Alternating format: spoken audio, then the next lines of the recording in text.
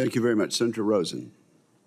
Thank you, Chairman Wicker, Ranking Member Reed, for holding this hearing, and I'd like to thank you, General Mahoney, for your family here too, for your lifetime of service to our country and for your willingness to serve. Thank you.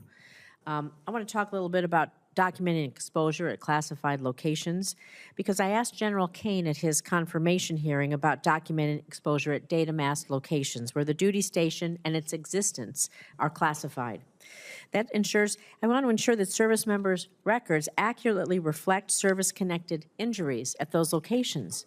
I've heard from constituents who served at such locations within the Nevada Test and Training Range who believe they were exposed to radiation from our days of conducting explosive nuclear weapons testing and to burn pits which dispose of classified waste.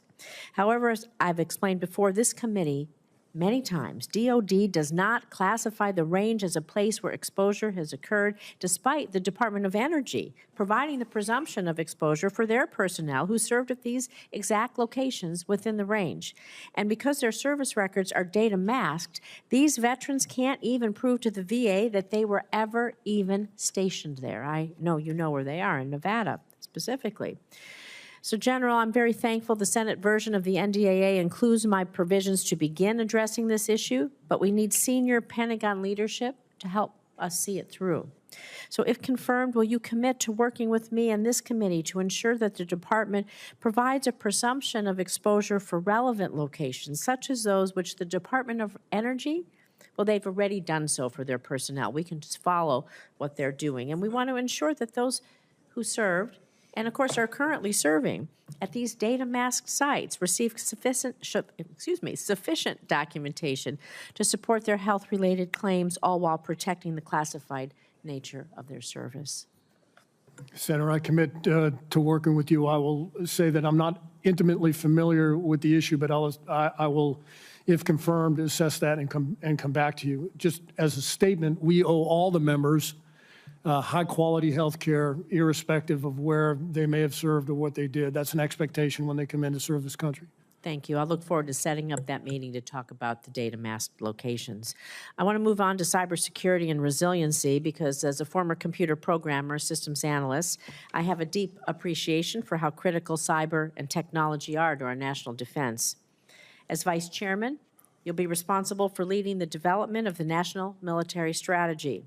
So how do you see cyber fitting into that strategy, both as a warfighting domain, as an enabler for joint operations, of course, land, sea, air, and space as a warfighting domain?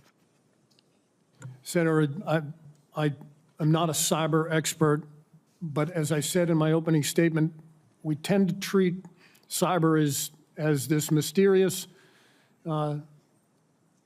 domain apart. It can no longer be treated that way. The more that we use digital technology and transport it through many different means, we have to have ability to harden and protect it, and we need to have the ability to go on offense as well in the cyber world. Well, speaking of that, and building maybe on Senator Scott as well, do you have a feel for any specific priorities that have to be elevated in the national military strategy? We got to keep pace with our adversaries like China and Russia, for sure. Do you have any off the top of your head? Or I'll just go back on my recent experience as kind of the Uber requirements guy in the Marine Corps. Every program that deals with digital technology, that transports digital technology, that stores it, has to have a level of cyber protection, cyber hardening.